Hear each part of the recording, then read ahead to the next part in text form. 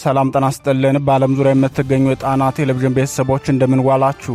በያላችሁበት የምድር ዳርቻ ሁሉ የከበረ ሰላምታችን ከጣና ቴሌቪዥን ዜና ክፍል ይድረሳችሁ በማለት የሚያዝያ 6 ቀን 2018 ዓ.ም የጣና ቴሌቪዥን የሰዓቱን ዜናችንን ይዘንላችሁ ቀርበናል። በቅድሚያም የዜናዎቹን አርዕስቶች አስቀድመን እናስደምጣችኋለን። የብልጽግናው ሰራዊት ለከበባ ቢገባም ራሱ ከበባ ውስጥ ገብቶ ሲመታ አድሯል። ከሱዳን ወደ ባህር ዳር የሚወስደው ዋናው የፌዴራል መንገድም በዚህ የተነሳ ተዘግቶ ውሏል። የዕለቱ የጎንደሩ ትንቅንቅ ሙሉ መረጃ በዜናችን ተሰናድቷል። በቀዳሚነት ይደመጣል። የቆቦ ቀጠናው ተጋድሎ በከፍተኛ ውጊያ ቀጥሎ ውሏል።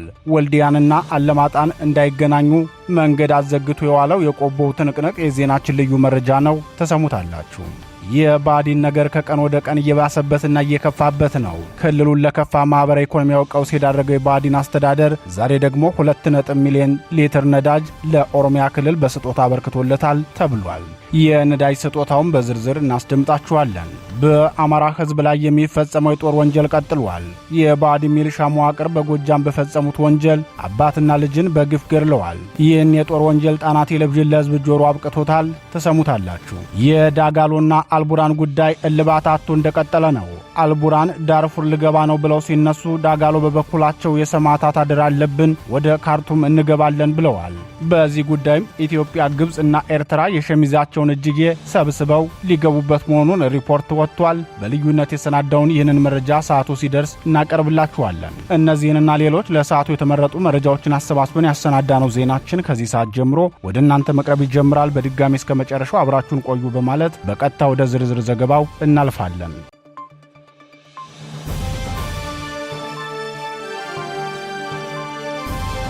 በካምፕ ላይ በደረሰ ጥቃት በርካታ ጦር ተመታ። የአማራ ፋኖ ብሔራዊ ንቅናቄ ጎንደር ጠቅላይ ግዛት በላይ ዘለቀ እዝ ፋኖን ለመክበብ የገባውን የብልጽግና ሰራዊት ጊዜያዊ ካምፑ ድረስ በመግባት ከፍተኛ ኪሳራ ያደረሰበትን ጥቃት ከፈተ። በደቡባዊ ጎንደር ዞን ሊቦ ከምከም አውራጃ ፋኖ በሰራው የሌሊት ኦፕሬሽን በርካታ የብልጽግናው ሰራዊት እርምጃ ተወስዶበታል። ይህ የፋኖ ጥቃትም ደብረ ታቦር የሚገኘውን የዞኑን ኮማንድ ፖስትና ባህር ዳር የሚገኘውን የባዲንን አስኳል ክፉኛ ማስደንገጡን ምንጮቻችን ተናግረዋል። ከአዲስ ዘመን ከተማ በቅርብ ርቀት በተፈጸመው የፋኖ ኦፕሬሽን ወታደራዊ ማዕረጉ በውል ያልታወቀ አንድ ወታደራዊ አዛዥን ጨምሮ በርካቶች እርምጃ ተወስዶባቸዋል። ቀሪው የሰራዊቱ አባላት ቆስለኛ ሆነው ወደ ጤና ተቋማት መወሰዳቸውን የጣና ቴሌቪዥን ምንጮች አረጋግጠዋል። በሌሊት ተጀምሮ እስከ ረፋዱ በዘለቀው ውጊያ የብልጽግናው ሰራዊት ከፍተኛ ሰዋዊና ቁሳዊ ኪሳራ እንደደረሰበት ታውቋል። እንደ ምንጮቻችን ገለጻ የአፋብን ጎንደር ጠቅላይ ግዛት በላይ ዘለቀ እዝ በአራት አቅጣጫ ከበባ በመፈጸም በካምፑ ላይ በሌሊት ጥቃት መክፈቱን ተከትሎ ብልጽግናው በሜካናይዝድ የታገዘ ምላሽ ለመስጠት ሞክሮ እንደነበር ተናግረዋል። ካምፑ ውስጥ ሰፍሮ የነበረው ሰራዊት አብዛኛው አስከሬኑ ወድቆ ተመልክተናል የሚሉት የአርኖ ጋርኖ አካባቢ ነዋሪዎች በከተማዋ ዳር በተቀሰቀሰው ጦርነት የብልጽግናው ሰራዊት ንጹሐንን ኢላማ ያደረገ ከባድ መሳሪያ በመተኮስ በርካታ ቤቶችን አፍርሷል ብለዋል። በዛሬው ውጊያ ከባህር ዳር ወደ ጎንደር የሚወስደው ዋናው የፌዴራል መንገድ ተዘግቶ የዋለ መሆኑን የሚናገሩት የአካባቢው ነዋሪዎች እኩለ ቀን ላይ ተኩሱ መብረዱን ተከትሎ እንቅስቃሴዎች መጀመራቸው ተገልጿል። የብልጽግናው ምስራቅ እዝ ዋና አዛዡ ጄኔራል ማመር ተሰማ በርካታ ሰራዊት እየመሩ ወደ ጎንደር መግባታቸውን ተከትሎ የብልጽግናው ጦር በበርካታ አካባቢዎች ከፍተኛ ኪሳራ እየገጠመው የሚገኝ ሲሆን በዛሬው የፋኖ የተጠና ኦፕሬሽንም ከፍተኛ የሰው ኃይሉን ማጣቱ ተነግሯል።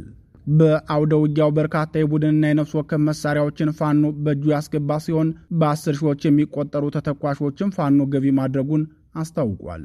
ውጊያውን አስመልክቶ የተጋድሎ መረጃውን ለመገናኛ ብዙሃን ያጋራው የአማራ ፋኖ ብሔራዊ ንቅናቄ ጎንደር ጠቅላይ ግዛት በላይ ዘለቀ እዝ ዋና አዛዡ አርበኛ ዮሐንስ ንጉሱ ውጊያው የተመራው በቀድሞው የደጃዝማች በላይ ዘለቀ እዝ ዘመቻ መምሪያ ኃላፊው አርበኛ ኮማንዶ ያለው አዱኛ ነው ብለዋል።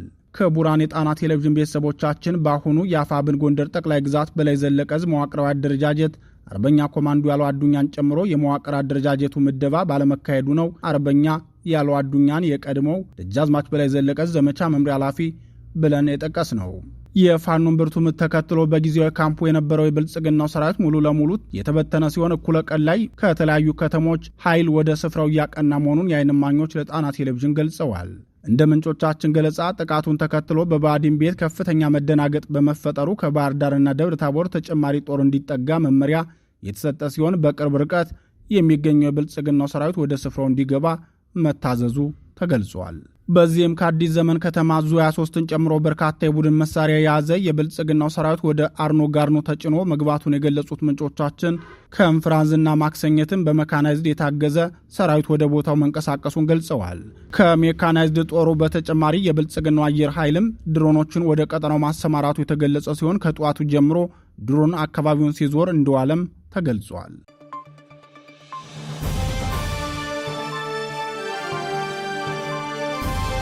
በሜካናይዝድ የታገዘ ውጊያ በቆቦ የአማራ ፋኖ ብሔራዊ ንቅናቄ አጼ ምኒልክ ዕዝ ከንጋት ጀምሮ በተቀሰቀሰው ከባድ ውጊያ በብልጽግናው ሰራዊት ላይ ከፍተኛ ወታደራዊ ኪሳራ ማድረሱን አስታወቀ። በዚህ የፋኖ የተጠናና ፈጣን ጥቃት የተነሳም የብልጽግናው ሰራዊት ከፍተኛ ኃይል ይዞ በመግባቱ በቆቦና አካባቢው ከፍተኛ ውጥረት መስፈኑን የአካባቢው ነዋሪዎች ተናግረዋል። የብልጽግናው ሰራዊት ውጊያውን በአየር ኃይል በሜካናይዝድና በእግረኛ በታገዘ መንገድ እያካሄደ መሆኑን የሚናገሩት የአካባቢው ነዋሪዎች እስከ እኩለ ቀን ድረስ ከቆቦ ከዋጃ ድረስ በሚገኘው ቀጠና የህዝብ እንቅስቃሴ ሙሉ በሙሉ ተቋርጦ መዋሉን ጨምረው ገልጸዋል። ውጊያው ዛሬ ከጧት ጀምሮ መካሄዱን የገለጹት ምንጮቻችን በተለይም ከቆቦ ከተማ 4 ኪሎ ሜትር ርቀት ላይ በሚገኘው ጠዝጠዝ ከሚባለው ስፍራ ጀምሮ እስከ ዋጃና ጮቢ በር ድረስ ሰፊ ቀጠና የሸፈነው ውጊያ ሲካሄድ መዋሉን ተናግረዋል። ምንጮቻችን አያይዘውም በውጊያው የብልጽግናው ሰራዊት መድፍን ጨምሮ ሌሎች ከባድ መሳሪያዎችን ተጠቅሞ መዋጋቱን ገልጸው ውጊያው በተካሄደባቸው አካባቢዎች በቦምብ የታገዘ የጨበጣ ውጊያም እንደነበር ገልጸዋል። በቀጠናው በተቀሰቀሰው ውጊያ 2 ድሮኖች ዝቅ ብለው በመብረር ለብልጽግናው ሜካናይዝድ ጦር ሽፋን እየሰጡ እንደሚገኙ የዓይን እማኞች ገልጸዋል። ምንጮቻችን አክለውም በጦርነቱ ሕይወታቸው ያለፉ የበርካታ ታጣቂዎች አስከሬን በአካባቢው ወድቀው ተመልክተናል ያሉ ሲሆን ጉዳት የደረሰባቸው የብልጽግናው ሰራዊት አባላት ደግሞ ሆርማት ወደሚገኘው ወታደራዊ ካምፕ መግባታቸውን ጨምረው ተናግረዋል። የጣና ቴሌቪዥን ምንጮች እንደገለጹት በራያ ቆቦ ዙሪያ የተቀሰቀሰውን ጦርነት ተከትሎ የህወሓት ታጣቂዎች ካለማጣ የተለያዩ ወረዳዎች በመነሳት ወደ ቀጠናው እየገቡ መሆናቸውን ገልጸዋል።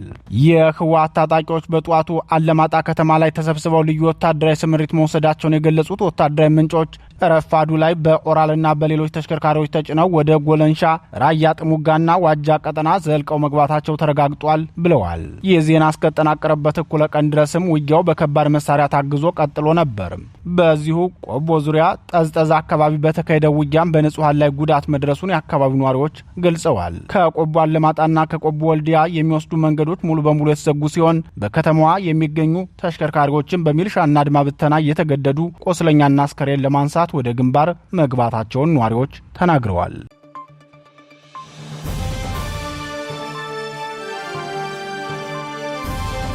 ብአዴን ለኦሮሚያ ክልል የነዳጅ ስጦታ አበረከተ። በነዳጅ እጥረት ከፍተኛ ቀውስ የገጠመው የኦህዴድ ብልጽግናው ስርዓት በመላው አገሪቱ የሚገኙትን እያንዳንዱን የነዳጅ ማጠራቀሚያ ማደያዎች ያከማቹትን ነዳጅ ወደ ማዕከላዊ ዲፖ እንዲያስገቡ ትዕዛዝ ማስተላለፉ ይታወቃል። ከዚህ በተጨማሪም ነዳጅ ቅድሚያ ሊያገኙ የሚገባቸው ተቋማትና ክልሎች ብሎ ለይቷል። በዚህ የኦህዴድ ብልጽግና ተቋማትና ክልሎች ልየታ መሰረትም የመከላከያ የደህንነትና የፖሊስ ተቋማትን መምረጡ የሚታወስ ሲሆን ከክልሎች ደግሞ ከፍተኛ የልማት እንቅስቃሴ የሚካሄድበት ኦሮሚያ ክልል ስለሆነ ልማት እንዳይደናቀፍ ክልሉ በነዳጅ አቅርቦት ቅድሚያ ሊሰጠው ይገባል የሚል ውሳኔ አሳልፏል። ለክልል ርዕሰ መስተዳደሮች በቀጥታ ከብልጽግናው ሊቀመንበር የተላለፈው ይህ ውሳኔ ክልሎች ያላቸውን የነዳጅ ክምችት ወደ ኦሮሚያ ክልል እንዲያዘዋውሩ የሚደነግግ ነው። መመሪያው የሚለው ቃል በቃል ነዳጃችሁን ለኦሮሚያ ክልል አሳልፋችሁ ስጡ ሳይሆን ወደ ማዕከላዊ መንግስት የነዳጅ ዲፖ አስገቡ የሚል ነው። በዚህ መመሪያ መሰረትም በከፍተኛ ማህበራዊ ኢኮኖሚያዊ ቀውስ ውስጥ የሚገኘው የአማራ ክልል በርዕሰ መስተዳደሩ አማካኝነት 40 ቦቲ ነዳጅ ለአቶ ሽመልስ አብዲሳ ቢሮ በስጦታ ማበረከቱን ምንጮች ገልጸዋል። እያንዳንዱ ነዳጅ ጫኝ ቦቲ ተሽከርካሪ ከ30 ሺህ እስከ 60 ሺህ ሊትር ነዳጅ የሚይዝ ሲሆን ይህም ማለት የአማራ ክልል ርዕሰ መስተዳደር በራሳቸው ስልጣን ለኦሮሚያ ክልል ያበረከቱት የነዳጅ ስጦታ ከ1.2 ሚሊዮን እስከ 2.4 ሚሊዮን ሊትር ይሆናል ማለት ነው። በዚህ ሰዓት አማራ ክልል ከተከፈተበት የዘር ማጥፋት ጦርነት በተጨማሪም በብልጽግናው ስርዓትና በሊቀመንበሩ አማካኝነት ከፍተኛ መዋቅራዊ ሸፍጥ የሚፈጸምበት ክልል በመሆኑ የአፈር ማዳበሪያ፣ የነዳጅ፣ የሸቀጦችና የመድኃኒት አቅርቦት የማይደርሰው ክልል ሆኗል። ከቦታ ወደ ቦታ ተንቀሳቅሶ ለመስራትም ሆነ ለመኖር በነዳጅ እጥረት ምክንያት የማይቻልበት ደረጃ ላይ ተደርሷል። በተለይም የአፈር ማዳበሪያ ለአማራ ክልል እንዳይደርሰው ግብርና ሚኒስቴርን የሚመሩ ሚኒስትሮችን ላለፉት 8 ዓመታት ብልጽግናው በጥንቃቄ በመምረጥ የመደቡበት ዘርፍ ነው። የአማራ ክልል በኦህዴድ ብልጽግና መዋቅራዊ ጥቃትና ቀጥተኛ የዘር ማጥፋት ጦርነት የተከፈተበት መሆኑ የሚታወቅ ሲሆን ወዲህ ደግሞ የአማራ ህዝብ ጥንተ ጠላት ህወሓት በራያ በጠለምትና በወልቃይት ጠገዴ በኩል ወረራ ለመክፈት ዝግጅት እያደረገ መሆኑ ይታወቃል። ከዚህ በተጨማሪም በማዕከላዊ መንግስቱና በአዲስ አበባ ላይም ተመሳሳይ በአማራ ህዝብና ተቋማት ላይ መዋቅራዊ ማፈናቀልና ማሳደድ ተባብሶ ቀጥሏል። የብልጽግናው ሊቀመንበር ባሳለፉት ውሳኔ መሰረት ከኦሮሚያ ክልል የተመለመሉ ከ100 ሺህ የማያንሱ የሚሊሻ አባላት በአዲስ አበባ እንዲሰፍሩ ዝግጅት እየተደረገ ያለው የአማራ ተቋማትና ተወላጆችን ከማፈናቀል ጋር የሚያያዝ መሆኑን የፖለቲካ ተንታኞች ይናገራሉ። ኦህዴድ ብልጽግና በኦሮሚያ ክልል ብቻ ሳይወሰን በአዲስ አበባና በማዕከላዊ መንግስቱ በኩልም የአማራን ህዝብ የተቀናጀና የተደራጀ ማፈናቀል በሚደርስበት በዚህ ሰዓት የአማራ ክልል ርዕሰ መስተዳድር ደግሞ ከክልሉ ነዳጅ ክምችት ላይ 40 ታንከር ነዳጅ ለአቶ ሽመልስ ቢሮ በስጦታ አበርክተዋል።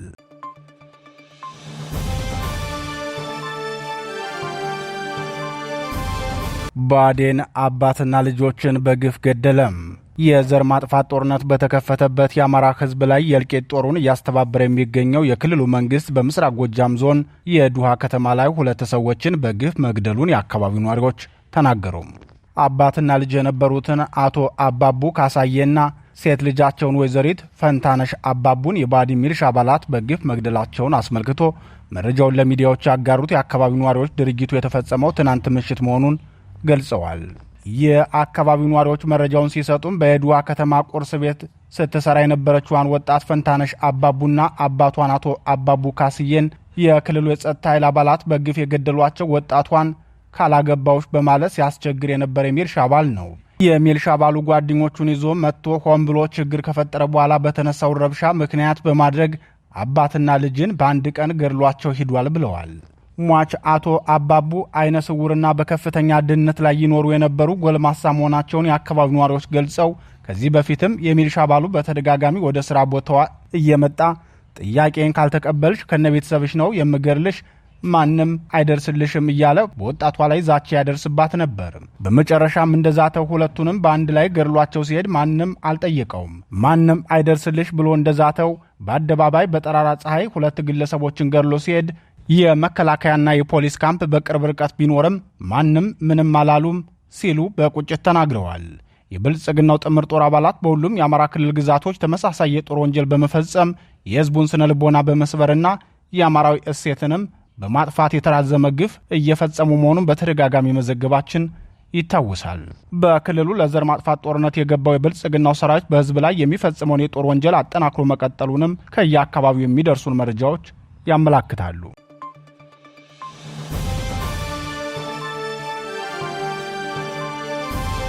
ለሰማዕታት አደራ ስንል ካርቱም እንገባለን።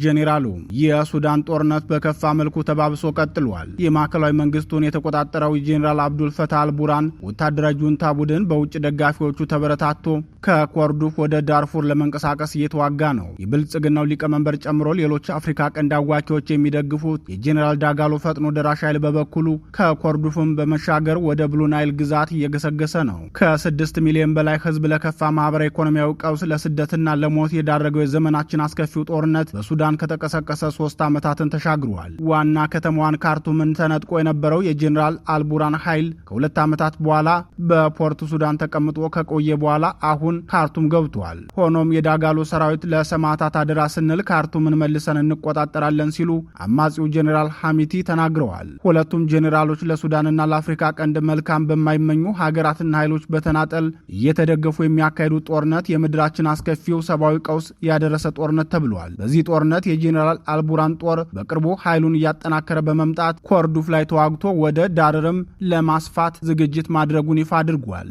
የአማጺው ቡድን የዳጋሎ ጦር በበኩሉ ኮርዱፉን አልፎ ወደ ናይል ሸለቆ ለመግባት እየተንቀሳቀሰ መሆኑን አስታውቋል። የኢትዮጵያና ሱዳን አዋሳኝ በሆኑት ደቡብ ምስራቅ ሱዳን ብሉ ናይል ግዛት በኩል የሱዳን ፈጥኖ ደራሽ ኃይል የጦር የበላይነትን እየወሰደ ሲሆን የታጣቂ ቡድኑ መሪ ጄኔራል ዳጋሎም ወደ ካርቱም መመለሳችን አይቀርም፣ ምክንያቱም የሰማዕታት አደራ አለብን በማለት የጦርነት ዝግጅታቸውን ተናግረዋል። ሱዳን በአሁኑ ወቅት የዓለማችንን አስከፊ ሰብአዊ ቀውስ እያስተናገደች ሲሆን በዚህ ጉዳይ የተነሳም ጀርመን በሱዳን የሚካሄደውን ጦርነት ለማስቆም ሲቪል መር የሆነ የሆነ አዲስ አታይ ለመፍጠር የሱዳን ሲቪል ኃይሎችና ዓለም አቀፍ አካላት በርሊን ላይ ዓለም አቀፍ ስብሰባ እንዲቀመጡ ጋበዘች። ዓለም አቀፉ ስብሰባ ሁለቱ ጦረኛ ቡድኖች ጦርነቱን የሚያበርድ የጋራ መግለጫ እንዲያወጡ ያለመ መሆኑን የጠቀሰችው ጀርመን ከተፋላሚ ወገኖች ጋር ግንኙነት ያላቸው አካላትና ገለልተኛ የሲቪል ማህበረሰብ ድርጅቶች ጦርነቱን ለማስቆም ለሚያስችል የፖለቲካ ሂደት አጀንዳዎችንና መስፈርቶችን የሚቀርጽ ኮሚቴ ለማቋቋም ይስማማሉ የሚል ተስፋ እንዳላት ገልጣለች። በስብሰባው 40 ሱዳናውያን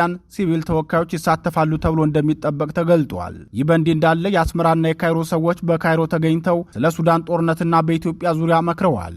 ግብጽ፣ ኢትዮጵያና ኤርትራ በሱዳን ጦርነት ቀጥተኛ ተሳትፎ ለማድረግ በዝግጅት ላይ መሆናቸውን እየተገለጸ ባለበት በዚህ ወቅት የግብጽና የኤርትራ ባለስልጣናት ካይሮ ላይ ተገናኝተው ምክክር ማድረጋቸው ታውቋል።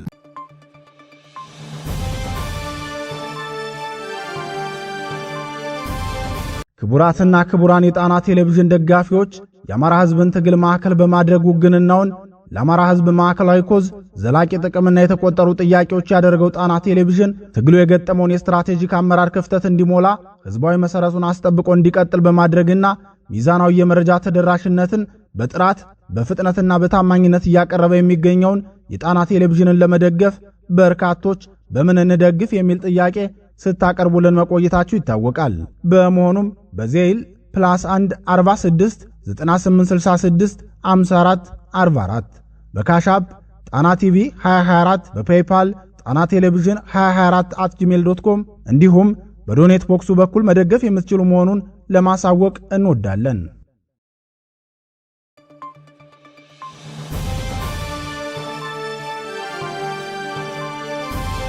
የተወደዳችሁና የተከበራችሁ የጣና ቴሌቪዥን አድማጭ ተመልካቾቻችን የሰዓቱ ዜናችን የተከታተላችሁትን ይመስል ነበር። በምሽቱ የጣና ዜና ወጃችን እስከምንገናኝ በዚሁ ተሰናበትን። ጤና ይስጥልን።